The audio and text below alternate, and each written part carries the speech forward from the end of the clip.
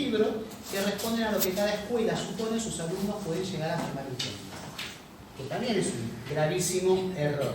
Por eso, en didácticas específicas, y acá hago como una suerte de replanteo, tenemos distintas orientaciones. Están los ortodoxos, ¿sí? Está el didacta de la matemática ortodoxo y total, que va a estar totalmente de acuerdo en lo que Jorge planteó respecto de esta cuestión de dar a entender aquellas cuestiones que tienen que ver cómo se enseñan tales contenidos en tales momentos y demás. Estamos los que no somos tan ortodoxos, porque quizás nos formamos desde otro lugar, en el cual lo que decimos o lo que hacemos o lo que suponemos es alguien que nos venga a dar una mano. Nosotros podemos dar cátedra respecto de cómo se adecua la característica del contenido cuadrado a todas las edades, desde jardín hasta el 5º año de escuela secundaria e inclusive la universidad. Pero nos tiene que ayudar una mirada un poco más global, un poco más holística de la cosa, que a nosotros algunas veces nos escapa.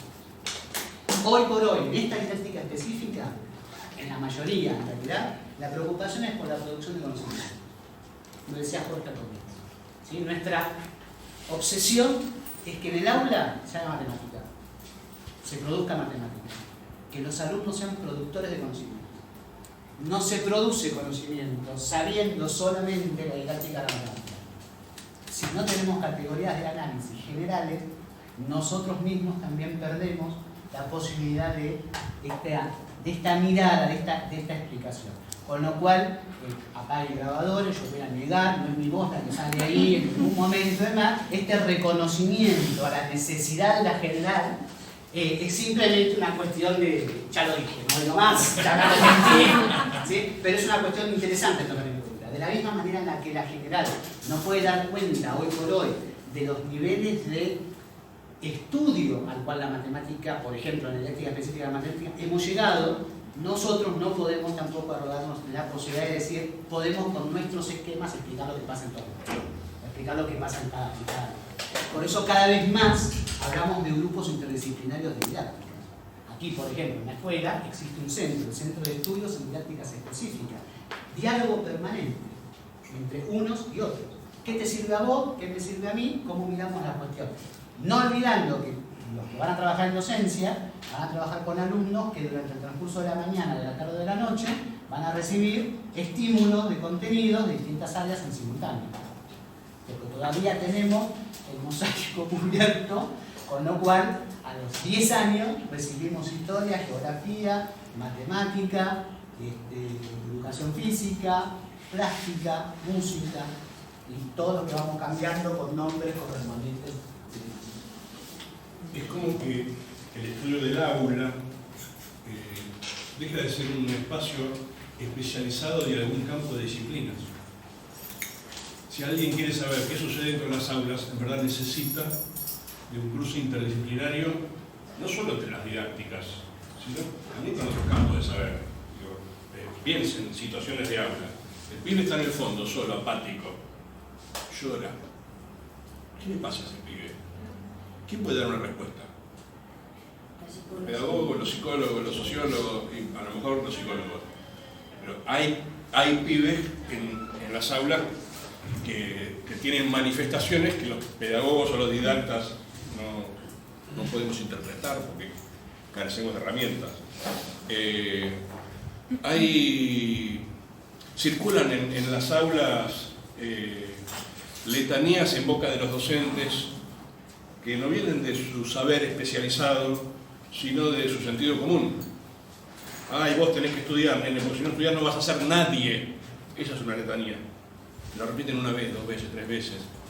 Y es casi un balazo al corazón, ¿no? Decirle a alguien que si no hace tal cosa no va a ser nadie, está diciendo, vos si no seguís lo que yo te digo, desaparecés como persona. No existirás. ¿Quién puede explicar de dónde nos salen esas cosas? Probablemente los sociólogos sepan más o los antropólogos, más que los didactas. Digo que en las aulas suceden tantas cosas interesantes de analizar, que estudiar lo que sucede en el aula requiere de una intervención necesariamente interdisciplinar. Además, si yo quiero mejorar lo que sucede en el aula, necesariamente tengo que salir a buscar ayuda de distintos campos disciplinares. Porque, digamos, es indudable que en la hora de matemáticas, ya que somos ahí con las currículas, es muy importante si se aprende o no se aprende matemática. No es un hecho menor ese. Es muy... está muy emparentado, digamos, con una ciudadanía plena. Un sujeto bien formado en la escuela elemental y en la escuela secundaria es un ciudadano que ejerce mejor sus derechos, que pelea mejor por sus derechos, que ejerce mejor su ciudadanía, que tiene una idea de la soberanía, que participa más democráticamente, con todo lo que yo pueda sumar a esa idea, ¿no? Y eso viene de, no solo de estar en la escuela, sino de vincularse con los campos del saber. De modo que no es menor lo que sucede a la hora de apropiarse de los contenidos. Me importa que aprendan matemática y mucho. Y por eso necesito que ellos, métanse en la aula y vean una vez qué horno pasa acá. Nosotros necesitamos de nosotros, porque si no nos quedamos con el solo ejemplo de lo que podemos nombrar. A ver, hace muchos años, muchos menos que nos conocimos con Jorge, quizás, como maestro me tocó cambiar de escuela. ¿Sí? Como maestro de grado me tocó cambiar de escuela. Estas cosas que tiene el sistema que vamos cambiando en función de la suplencia, la titularidad, lo que estuviera. Me tocó llegar el mes de marzo, pruebas complementarias del mes de marzo para los chiquitos de cuarto grado. La maestra que sabía dejó las pruebas escritas, las pruebas armadas y demás. Una chiquita se sienta, el maestro que recién comienza con ese grado puntual, hay que tomar el examen, me siento a tomar el examen, la chica no va ni para adelante ni para atrás, no podía ni escribir lo que se le estaba pidiendo. ¿Sí? Se estaban pidiendo cuentas de sumar y de restar absolutamente, podríamos llamar cotidiana, 315 menos 218, cuentas comunes. Chiquito de cuarto grado, ¿se apunta que puede sacar? ¿Qué pasaba que no podía sacarla? Que no podía trabajarla y demás. Vamos a parar con esto, por un suplicio para esa criatura. Ahí está, la didáctica de la matemática no estuvo presente. Ahí la que estuvo presente fue otra área, otra disciplina, otra mirada del hecho educativo puntual con esa criatura. Acá pasa otra cosa frente a esta escritura puntual. Terminamos pidiéndole al director de la escuela de ese momento: ¿tenés billetes, tenés plata, tenés cuestiones? Cuando le pusimos el dinero sobre la mesa, la chica daba vuelta, el dinero iba, venía con las cuentas, hacía, colocaba, ponía. El problema no estaba en lo que comprendía, sino que estaba en la escritura de aquello que tenía que poder poner en funcionamiento. Lo que no podía era hacer la cuenta tal como la tenía escrita, pero la podía hacer mental, la podía hacer de otra manera, la podía aproximar, podía jugar con el billete. Correspondía hacerla repetir de grado. Por esa condición, la didáctica de la matemática daba una respuesta a eso, que era: tienen que buscar todas las maneras posibles de que manifieste comprensión del conocimiento. Esa chica hace matemática. La respuesta era: apruébenla. La relación con el saber desde el punto de vista de la autoridad de la escuela podría haberse sentado a haber dicho: si no escribe la cuenta como dice ahí en el examen, no aprueba. Y en ese momento de intervención de otras miradas en simultáneo a la didáctica de la matemática, hicieron que esa criatura pasara aquí, pase esto, y siguiera su camino naturalmente, porque el problema estaba en escribirla, no en comprenderla. Esto es lo que dice Jorge, en otros términos, ¿sí? En el término concreto. Si nosotros vamos a entender la didáctica de la matemática como hegemónica desde el punto de vista de que nos va a dar la respuesta a todo lo que pasa dentro del aula respecto a la producción del contenido matemático, sin tomar en cuenta aquellas otras miradas que nos pueden dar otras especialidades, perdimos. Caemos en aquello que muchas veces nosotros mismos como especialistas criticamos respecto a los generalistas. La creemos, la sabemos todas, y no es cierto, al menos de las didácticas específicas. Y ahí lo que hay es una gran producción de conocimiento. La didáctica específica, y fíjense, todo el transcurso de esta charla no hablamos de didáctica especial. La palabra no es más especial, no por una cuestión semántica solamente, una cuestión de moda, sino por una cuestión un poco más puntual. No es la aplicación de métodos que otros pensaron, es la especificidad que surge de pensar en cómo se aprende el contenido puntual. Cómo se aprende epistemológicamente este contenido que aparece en el diseño curricular y que los alumnos tienen que poder aprender. En ese nivel de especificidad, o hay diálogo, o el que pierde es el alumno. O no logramos absolutamente nada al respecto. Es como si pensáramos a qué se dedica cada uno y dijéramos, bueno, este es el espacio del aula, hay un fulanito o una fulanita acá que va a intervenir sobre unos fulanitos y fulanitas que están acá. Profe, estudiantes. Este fulano interviene sobre ellos haciendo algo. La didáctica general mira este proceso. ¿Qué hace este cuando interviene sobre los otros? La didáctica específica mira, ¿qué hace este cuando interviene enseñando matemática? ¿O qué hace cuando enseña lengua? ¿Qué hace cuando enseña biologías naturales? Le da contenido a la intervención en función del objeto que vincula a este con estos. La razón de ser de este vínculo en el aula, hay momentos en que está definido a partir de la matemática. Ahora, hay cosas que hace este, independientemente del contenido, que no tienen que ver especialmente con el contenido, sino que tienen que ver con sus modos de percibir el mundo social, sus modismos, las tradiciones a las cuales responde, a las tradiciones que lo moldearon como docente, a la formación que tuvo, su modo de interpelar. Su modo de hacer unas preguntas, por ejemplo. No es lo mismo interpelar, che, ¿qué estás pensando vos acerca de tal cosa? Que yo diga tal. Y te señale con el dedo, digo, son interpelaciones distintas, una acusa y la otra pide pensar, ¿no? Y a veces lo gestual define el modo en que yo me dirijo al otro. Digo, independientemente del contenido, cosas que hace que merecen ser estudiadas si queremos, como todos queremos, mejorar este ambiente. Para qué hacen unos y otros está claramente delimitado. Por más que haya como aspectos, digamos, este es un espacio, si quieren, interdisciplinario.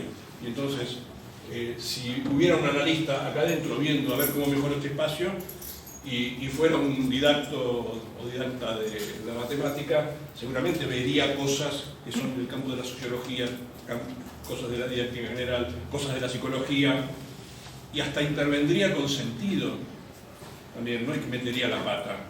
Solo que producir conocimiento para este campo sí es bien diversificado, aunque yo trabaje junto al lado de otro, pero para poder explicar desde la teoría qué sucede acá, me necesito separar, tengo que hacer a los didactas generales por acá, a los didactas específicos por acá, a los sociólogos por allá, a los antropólogos por acá, a los administradores por acá, porque cada uno está especializado en una parte de este mini universo que es el aula.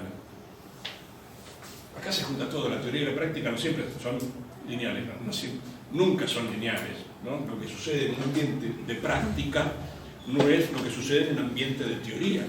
La teorización acerca del aula es una explicación de un mundo irreal. El mundo real es este funcionando, que nunca funciona con la teoría, no puede funcionar con la teoría porque son, así como José refiere que una cosa son las ciencias sociales y otra la matemática, esto es lo mismo, ¿no? La teoría son teorías, abstracciones universales, generales, las prácticas son reales, particulares, casos.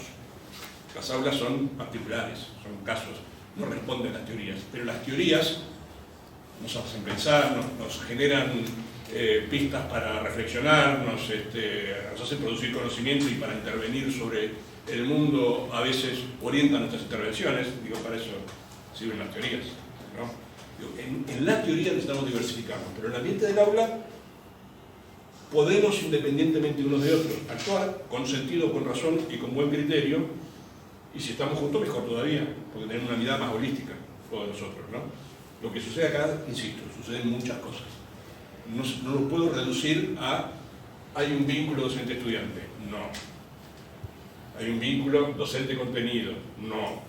Hay un ordenamiento de los sujetos, no. Pero todo eso sí, más otras cosas. Son tantas las cosas que inciden en que este tipo finalmente aprenda matemática, más allá de la matemática, que todo ello amerita ser objeto del estudio. ahí es donde nos separamos, digamos, ¿no? Y cada cual se dedica a investigar y a actualizar sobre una parte de esto, o desde, más que una parte, desde una mirada particular de esto, ¿no? No una parte que podemos fraccionar, desde un punto de vista al cual nos metimos con esto. Ponemos un zoom en un determinado lugar. Hoy es el Día de la Ciencia, el Día del Científico y demás.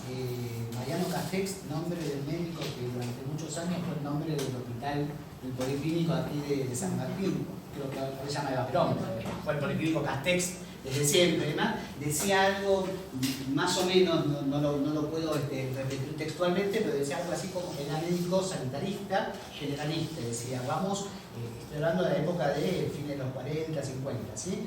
Vamos en pleno auge de poder ir al médico a preguntarle qué me pasa en la uña del dedo gordo del pie derecho. Y es importantísimo que así suceda. Es muy interesante que así suceda. Pero ese médico tiene que poder responder que lo que le sucede a esa uña del dedo gordo del pie derecho tiene que ver con lo que le sucede en forma genérica al cuerpo. No lo puede sacar del cuerpo y decir, con esto me alcanza. O lo miro en forma general y después lo particularizo, o pierdo a ese todo en general, que es un poco lo que está diciendo Jorge recién. La didáctica específica lo que hace es ir a la uña del dedo gordo del pie derecho, pero con el respaldo o con el background, con la espalda bien cubierta por esa visión genérica.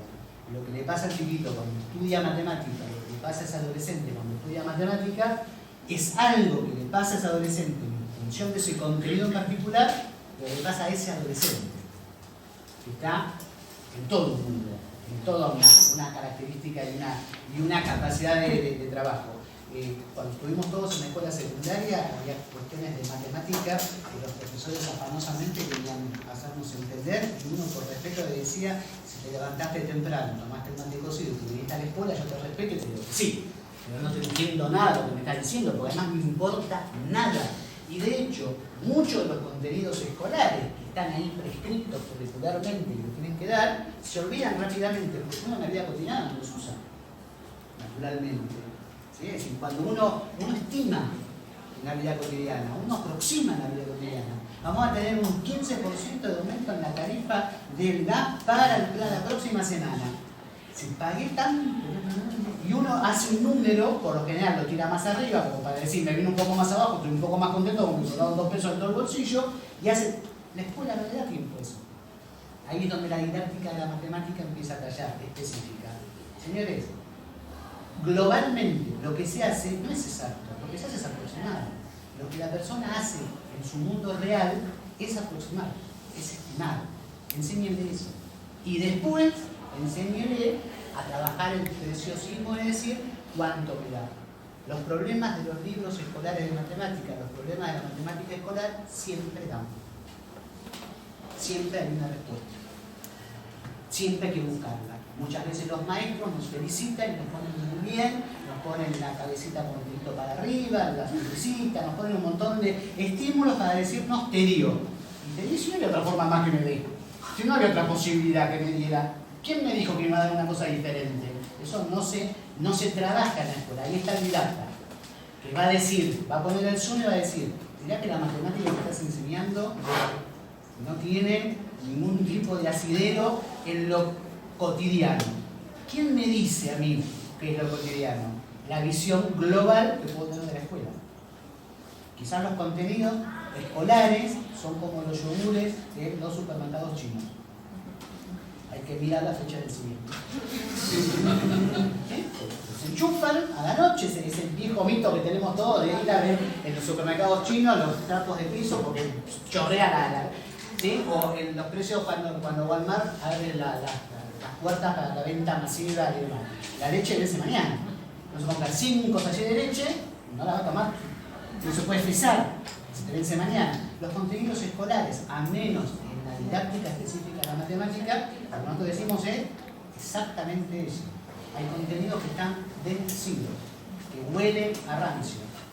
Por eso los pibes nos ven a nosotros a entrar y decir, viene el profe de matemática o la profe de matemática, que por lo general no somos nada agraciados físicamente, gente que desde el punto de vista de la apariencia es muy loca, tiene muy poco de gente normal, encima piensa que yo voy a trasladar qué le pasa a la parábola, si mira para arriba, si mira para abajo, de x cuadrado, ¿qué habla?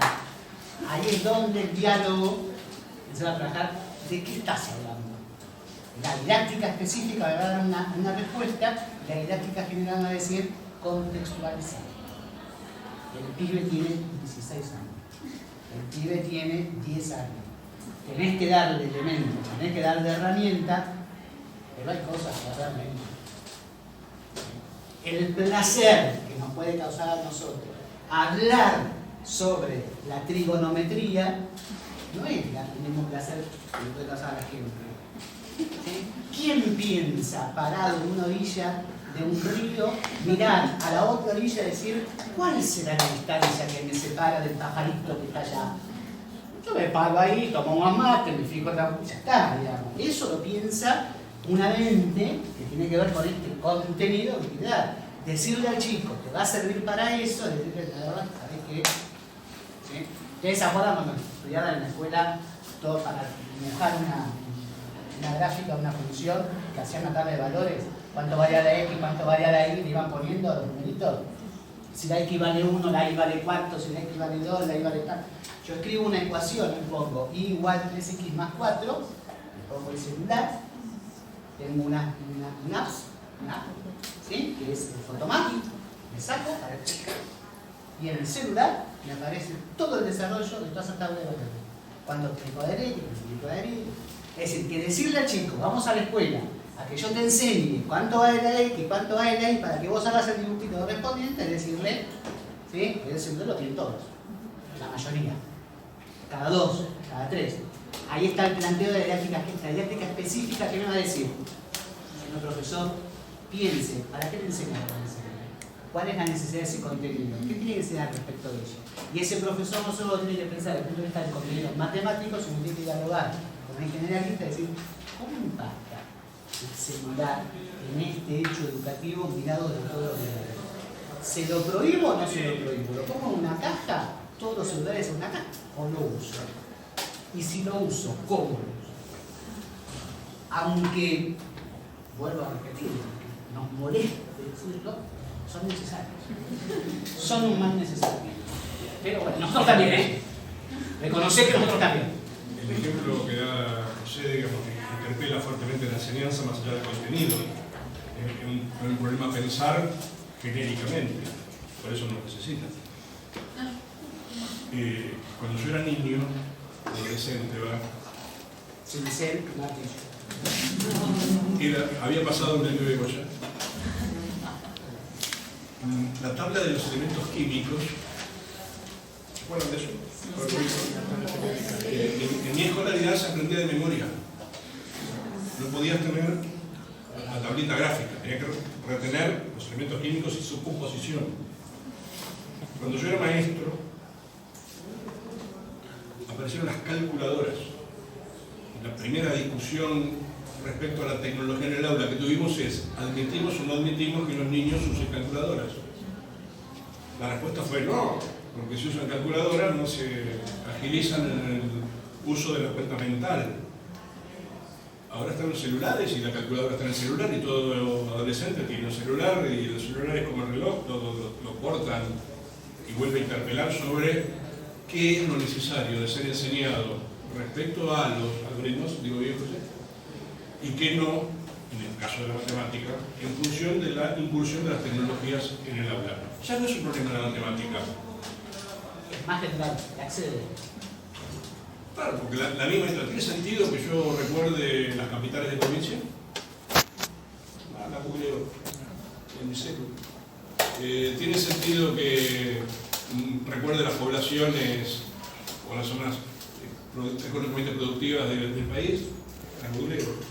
Lo que tiene sentido es saber hacer algo con eso.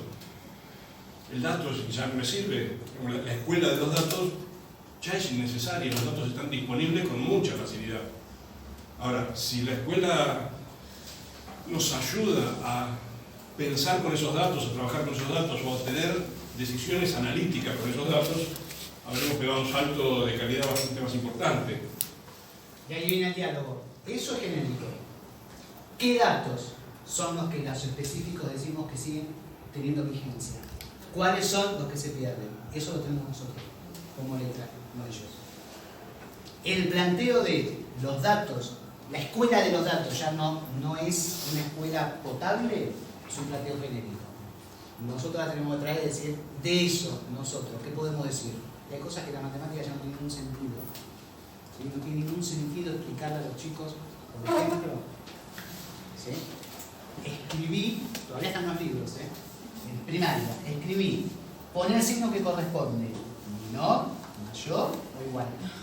Entonces le ponen 3 y 5, 4 y 2. Entonces el chico tiene que poner, ¿cuál pongo? Porque este es fácil, 6, 6, este es fácil. ¿Cuál va acá? ¿Cuál es? ¿Cuál es el mayor? ¿Cuál es el menor? Ahí empiezan las adecuaciones didácticas. ¿Cuál es la adecuación? La puntita es el más chico, la abertura es el más grande. Matemáticamente eso no tiene ningún sentido. Eso no es matemática, es un invento. Pico, el pato, todas esas cosas extrañas, ¿sí? El pico que se abre.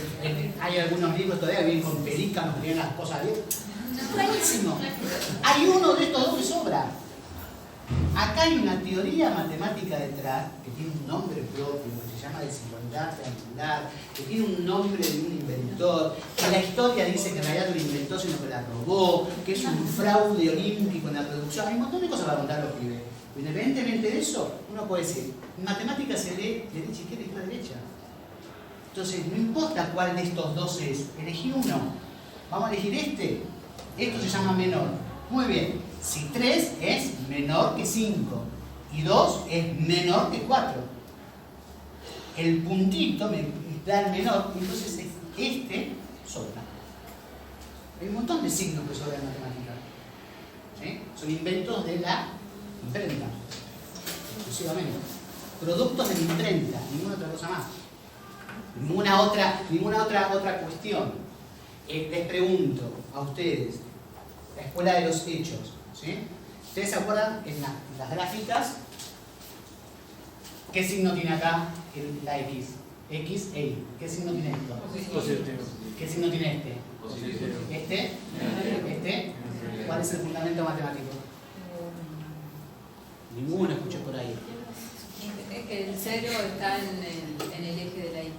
Que el 0 está en el eje de la Y. Hay un argumento matemático, decís, ahí hay un argumento matemático, pero no es.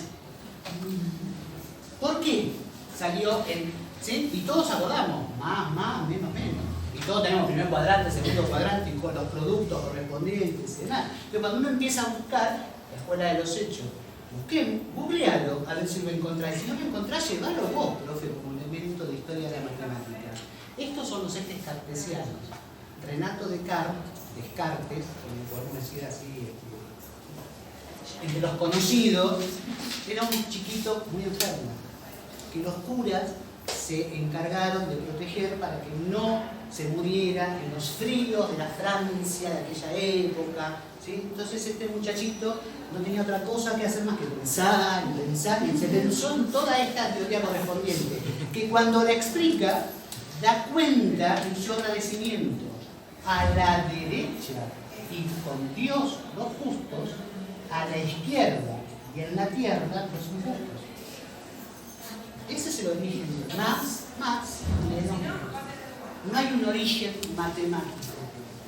Y nosotros durante siglos se lo vendemos a los pibes diciendo, matemáticamente, si este hombre hubiese sido ateo, hubiese sido judío, hubiese hecho otra cosa, hubiese cambiado esto, vaya a saber lo que hubiese dicho, qué se me hubiese ocurrido decir respecto de eso. Al respecto, hay muchas cuestiones matemáticas que están detrás de eso. Las letras griegas, hechos, ¿sí? Durante años la escuela repite que la matemática se escribe con letras griegas en geometría. Busquemos didáctica de la matemática. ¿Qué decimos de didáctica? Pueden haber sido letras griegas, letras chinas, cualquier letra. La letra apareció como tal y demás, pero no se usan todas las letras griegas. Alfa, beta, gamma, una epsilon, pi y por ahí más. ¿Sí? Entonces, Si uno ingresa a una escuela secundaria, ¿sí? 16 años, 17 años, trigonometría, y le pide a los alumnos, hagan el favor de dibujar con la calculadora, con la computadora, a mano, con lo que quieran, la siguiente expresión. No lo voy a escribir así. Voy a escribirlo así. No, pero lo dejo. Voy a escribir con todas las palabras, pero mejor lo voy a escribir directamente.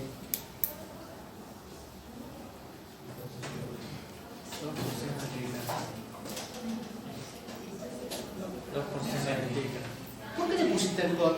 Si no hay nada más lindo que dibujar los 2 senos de tita. ¿Por qué no se puede dibujar los 2 senos de tita? Teoría de género. Empezamos a decir todo lo que tiene que ver con el género, con las cuestiones y demás. Fíjense todo lo que se puede armar en la escuela secundaria, desde la didáctica de la matemática en conjunto con la general, para que los pibes piensen que hay encerrado acá. Matemáticamente una expresión hermosa, es lo que te marca que el corazón se mueve más aceleradamente que lo común. Si te vas a correr, por ejemplo, ¿sí? Esto te hace así. Es una taquicardia, ¿sí? Pero si yo hubiese puesto seno de alfa, seno de beta, matemática aburrida, como le puse tita, porque además durante años nos dijeron theta, porque se escribe T-H-E-T-A, pero la T-H-E en griego se pronuncia ti. Esto es tita. Entonces hay que dibujar los 2 senos de tita. Piensen por un rato lo que puede llegar a ser la revolución de un tercer año, un cuarto año de la escuela secundaria, cuando el profe o la profe de matemática ingresa a las 7:30 de la mañana, un día de lluvia, ¿sí? Dibujen los 2 senos de tita. Toda esta mañana es para dibujar los 2 senos de tita.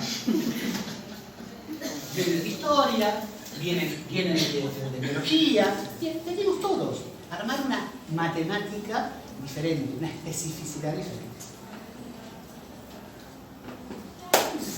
No porque me quiera ir, tengo que ir, tengo otro Arruga, porque habrán visto que los únicos ejemplos que se le ocurren de matemática no puede salir de su campo el tipo.